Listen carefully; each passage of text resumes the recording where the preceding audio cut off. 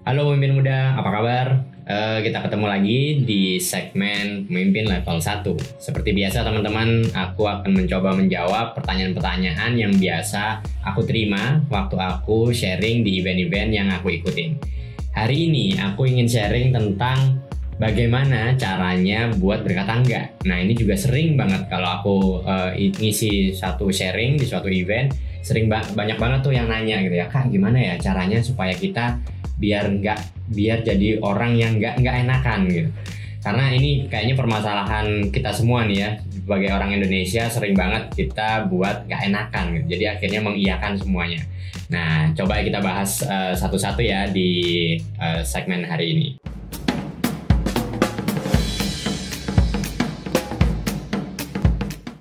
Sikap nggak enakan ini bisa sangat mengganggu loh, mulai dari kita jadi tidak bertanggung jawab atau bahkan produk kita yang kualitasnya menurun, dan untuk diri kita sendiri juga banyak negatifnya. Misalnya bisa bikin kita stres, bisa bikin kita burn out karena kita tidak mengukur sebenarnya kita bisa nggak sih mengerjakan pekerjaan ini. Jadi daripada akhirnya malah kredibilitas kita turun gara-gara kita mengiyakan semuanya, yuk hari ini kita belajar bareng-bareng buat bilang enggak. Kondisi yang bikin kamu nggak bisa menolak atau nggak bisa bilang enggak biasanya disebut people pleaser. Menurut Susan Newman, seorang psikolog dan seorang penulis, people pleaser adalah orang yang memiliki kecenderungan untuk selalu menyenangkan orang lain. Akibatnya, dia selalu menomorsatukan kepentingan orang lain daripada kepentingan dirinya sendiri. Jadi kalau kamu seorang people pleaser, pasti susah banget tuh buat bilang enggak atau buat menolak suatu permintaan. Biasanya ciri-ciri dari si people pleaser ini, yang pertama, dia nggak mengenali dirinya sendiri. Seorang people pleaser sulit mengenali apa yang dia rasakan atau yang dia inginkan karena terlalu sibuk banget memperhatikan perasaan dan memenuhi keinginan orang lain. Yang kedua, dia selalu setuju dengan pendapat orang lain. Hal ini dilakukan buat mencegah terjadinya konflik, karena dia nggak ingin tuh dibenci sama orang lain dengan punya pendapat yang berbeda. Makanya, people pleaser lebih memilih buat nggak mengungkapkan pendapatnya. Padahal, belum tentu juga pendapatnya orang lain lebih baik daripada pendapatnya sendiri. Berikutnya, sulit mengatakan tidak. Nah, ini yang utama. Walaupun sebenarnya dirinya pengen banget buat nolak atau merasakan keberatan dengan permintaan orang lain, tetap aja nggak bisa bilang enggak. Karena lagi-lagi khawatir akan dicap sebagai orang yang nggak peduli. Yang keempat, mudah banget merasa bersalah. Jadi mereka sering banget tuh minta maaf walaupun bukan kesalahannya. Dan mudah memaafkan karena merasa bertanggung jawab terhadap perasaan orang lain. Padahal, perlu diingat kalau setiap perasaan dan emosi merupakan tanggung jawab dari masing-masing orang.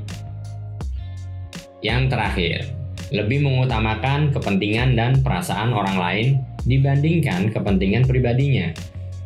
People pleaser ini beranggapan selama orang lain dapat bahagia dengan bantuannya, maka kepentingannya menjadi nomor 2.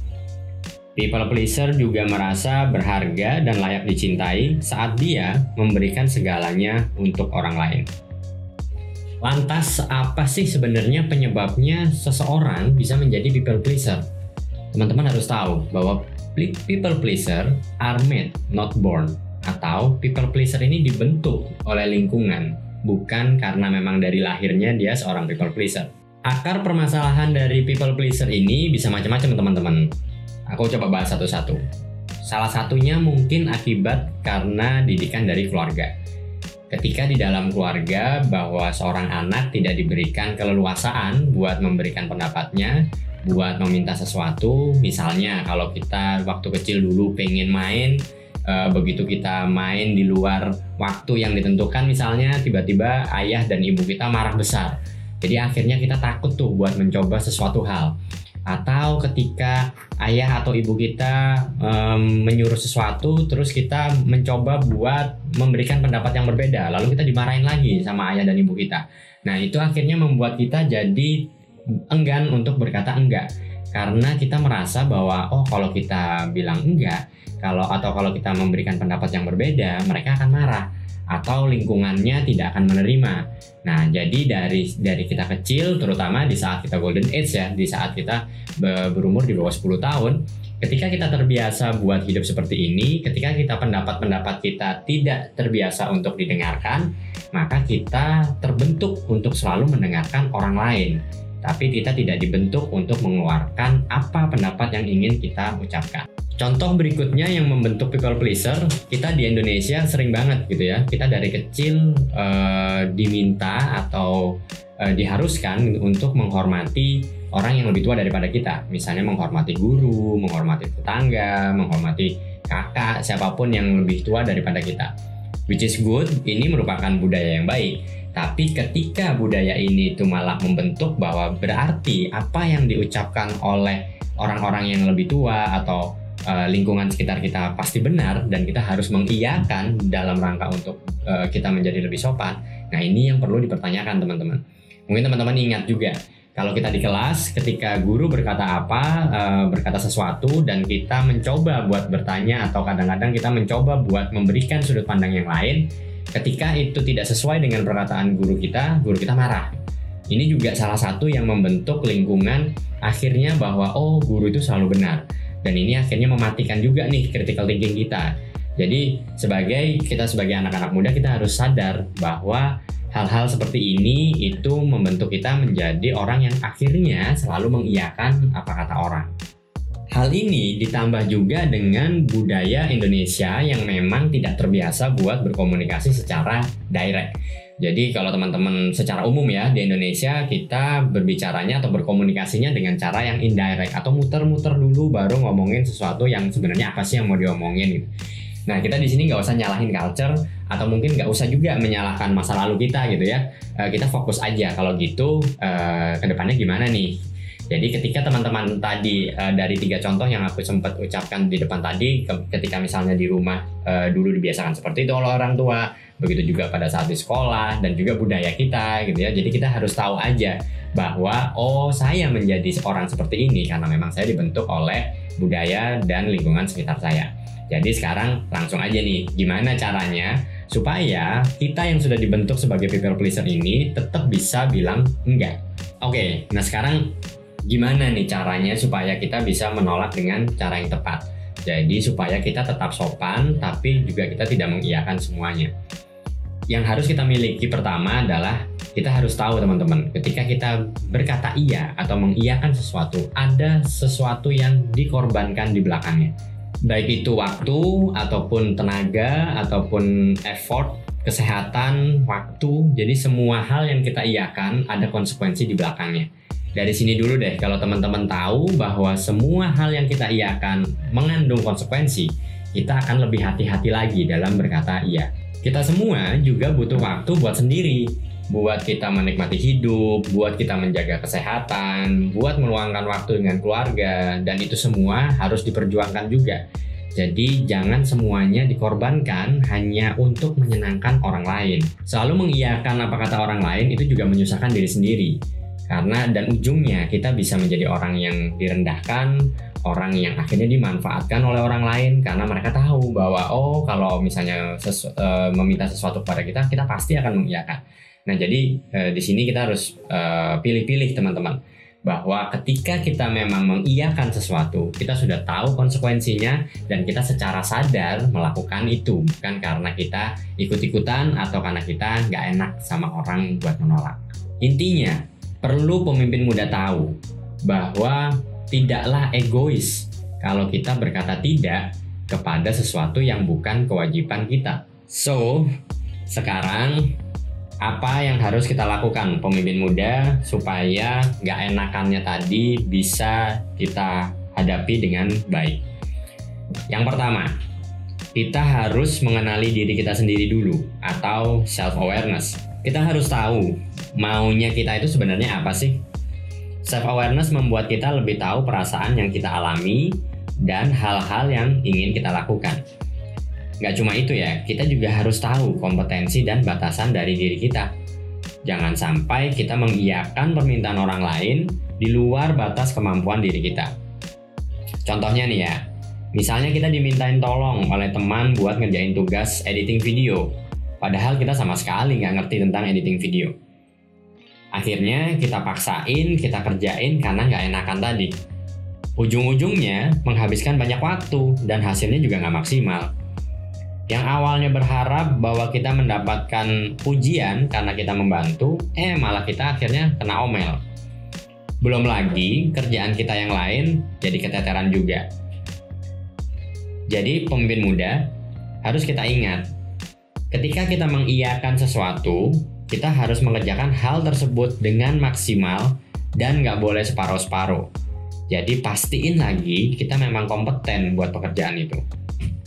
Yang kedua, tetapkan tujuan dan prioritas. Pertimbangkan di mana pemimpin muda mau menghabiskan waktu dan siapa yang ingin kita bantu, tujuannya apa kita membantu mereka. Mengetahui prioritas dapat membantu kita menentukan apakah layak kita mencurahkan waktu dan energi kita untuk pekerjaan itu. Ketika pemimpin muda berlatih menetapkan batasan-batasan itu dan mengatakan tidak pada hal-hal yang nggak benar-benar pengen kita lakuin, kita akan menemukan bahwa kita ternyata memiliki lebih banyak waktu buat dicurahkan kepada hal-hal yang benar-benar penting bagi diri kita sendiri. Misalnya kita jadi punya waktu buat olahraga, kita jadi punya waktu buat ngobrol sama keluarga, dan hal-hal itu semuanya akan dikorbankan ketika kita menghabiskan waktu untuk mengerjakan sesuatu yang bukan menjadi prioritas kita. Yang ketiga, memberi jeda.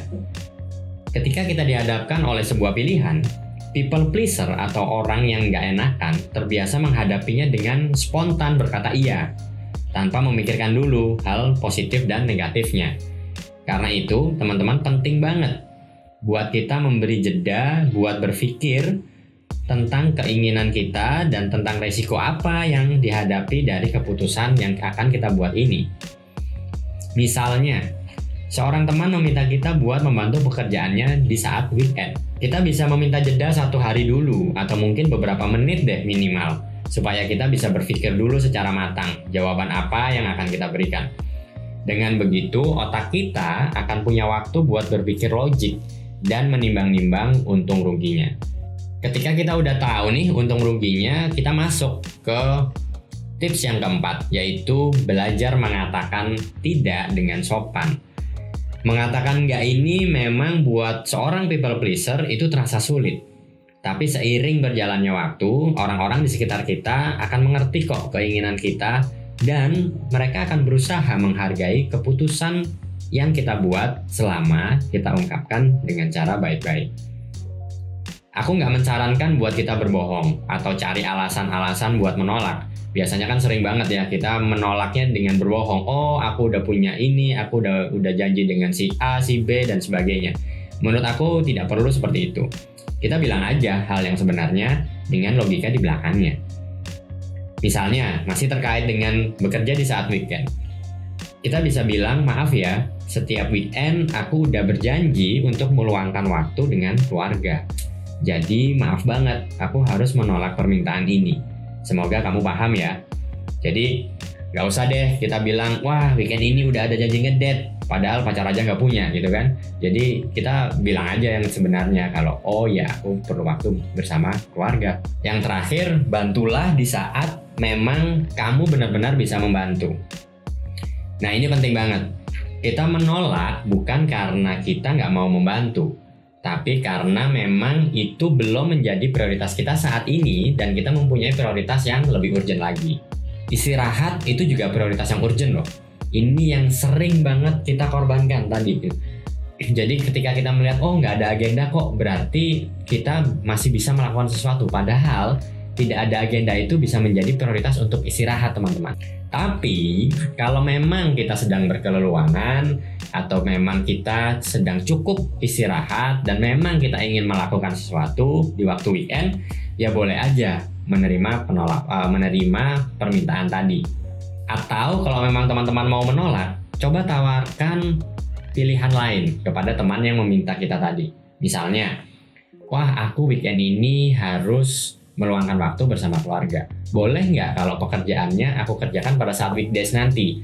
Aku bisa deh coba atur-atur waktu aku pulang kerja atau waktu di sela-sela pekerjaan ketika aku ada waktu kosong, aku akan coba buat bantu menyelesaikan tugas itu. Dengan tawaran seperti ini pasti mereka senang, dan pada saat kita tolak, mereka pun pasti akan beranggapan bahwa bukan berarti kita tidak mau menerima, tapi pada saat itu memang kita sedang tidak bisa dan kita berusaha semaksimal mungkin buat mencari waktu lain buat membantu mereka. Jadi intinya teman-teman, ketika kita mengiyakan sesuatu, pastikan karena kita memang benar-benar ingin melakukan pekerjaan itu. Bukan karena kita takut buat ditolak, apalagi buat tidak diterima oleh lingkungan kita. Lakukan hal-hal ini sebaik mungkin dengan cara-cara kita sendiri. Pada akhirnya, lingkungan kita atau orang-orang di sekitar kita akan menilai kita berdasarkan dengan motivasi dan hal-hal yang kita lakukan untuk mereka kok. Bukan dengan karena kita selalu mengiyakan kata-kata mereka. Kalau seandainya kita memilih-milih dan kita membantu mereka di beberapa kesempatan, tapi kita melakukannya dengan sepenuh hati, mereka pasti dengan sendirinya akan menerima kita. Buat menutup sesi ini, teman-teman, aku ingin mengutip satu kalimat dari Steve Jobs. Dia berkata, if you want to make everybody happy, don't be a leader, just selling ice cream. Jadi teman-teman, kalau teman-teman memilih untuk menjadi pemimpin, pasti ada aja orang yang nggak menyukai. Jadi kita nggak usah lagi tuh berpikiran bahwa kita selalu harus menyenangkan orang lain, dan tadi yang sempat aku bilang, merasa bertanggung jawab atas perasaan orang lain. Jadi apalagi kalau misalnya buat menyenangkan orang lain tadi, kita mengorbankan diri sendiri. Karena itu teman-teman, mudah-mudahan dengan episode kali ini teman-teman jadi lebih berani buat berkata enggak, dan nggak takut lagi menolak permintaan demi kebahagiaan kita sendiri. Karena teman-teman, oke, kita memang berusaha buat disenangi orang lain, tapi jangan mengorbankan kebahagiaan diri sendiri. Nah, kira-kira itu teman-teman semua pembahasan episode kali ini tentang gimana caranya supaya kita tidak menjadi people pleaser, dan juga gimana caranya menolak dengan cara yang halus. Pembahasan hari ini sesuai juga dengan framework pemimpin.id, yaitu di bagian self-awareness dan juga gaining commitment. Jadi kalau teman-teman memiliki kesadaran diri yang tinggi, teman-teman tahu apa yang teman-teman mau dan yang teman-teman tidak mau, maka lingkungan dengan sendirinya juga akan mencoba menerima teman-teman semua. Pada akhirnya, ketika teman-teman sudah diterima oleh lingkungan dan dipercaya, maka teman-teman akan mendapatkan komitmen dari lingkungannya, di mana komitmen ini adalah modal utama juga bagi seorang pemimpin. Jadi buat menutup, kepemimpinan atau pemimpin itu tidak diikuti karena dia terus berkata tidak, tapi ketika seorang pemimpin mampu menunjukkan sebenarnya apa yang penting menurutnya dan apa yang tidak penting, nilai apa yang dia junjung dan nilai mana yang tidak sesuai dengan dirinya. Karena itu, yuk kita mulai belajar jadi pemimpin yang baik di pemimpin level 1. Saya Darmaji Suradika, CEO dari pemimpin.id. Sampai ketemu di episode-episode berikutnya. Sampai ketemu teman-teman semua.